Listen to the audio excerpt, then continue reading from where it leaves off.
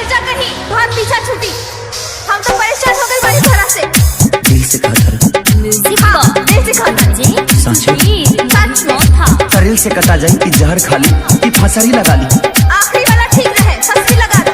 फांसारी ठीक बा तो रोयो मत हमरा मजा। भला ही तू दिल से दिल के अपन नहीं मनबू, भला ही तू दिल से दिल के अपन नहीं मनबू। राधा बनबू तबे करके दर्द जनबू। हमके छोड़ पियावा के अपना बहिया में धरबू। राधा बनबू तबे प्यार के दर्द जनबू। भला ही तू दिल से दिल के अपन नहीं जनबू।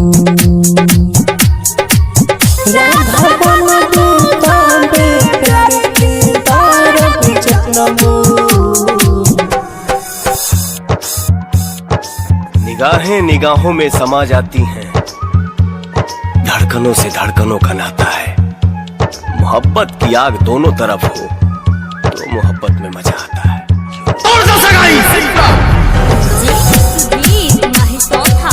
एगो अंगूठी पहिरा दिला से अगर तू ओकर हो जाइबो तहिला हमरा हाथ से पहिला अंगूठी तब तक तू हमार हो जाइबू ना।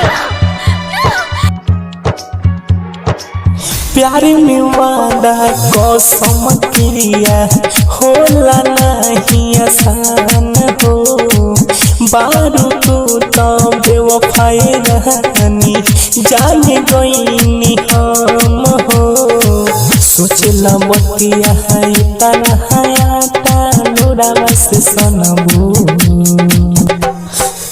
भला ही तू दिल से दिल के अपन नहीं मनबू। भला ही तू दिल से दिल के अपन नहीं मनबू।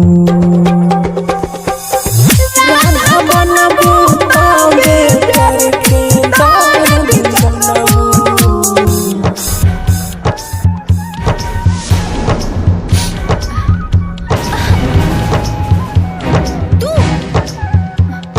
तू अब यहाँ तक भी पहुँच गई ना। तोहरा की कहले रहनी ना जौन तू चाहता रहा वो नहीं।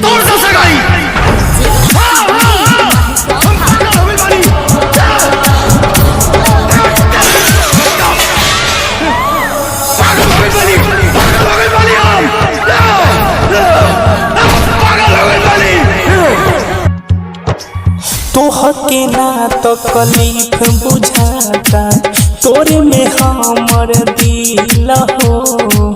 कहले कुनल खुश न रहबू ढेर दिन तरह गिल हो। पंकज दीपक घायल राजू से माफी न मंगबू। भला ही तू दिल से दिल के अपन नहीं जनबू। राधा बनबू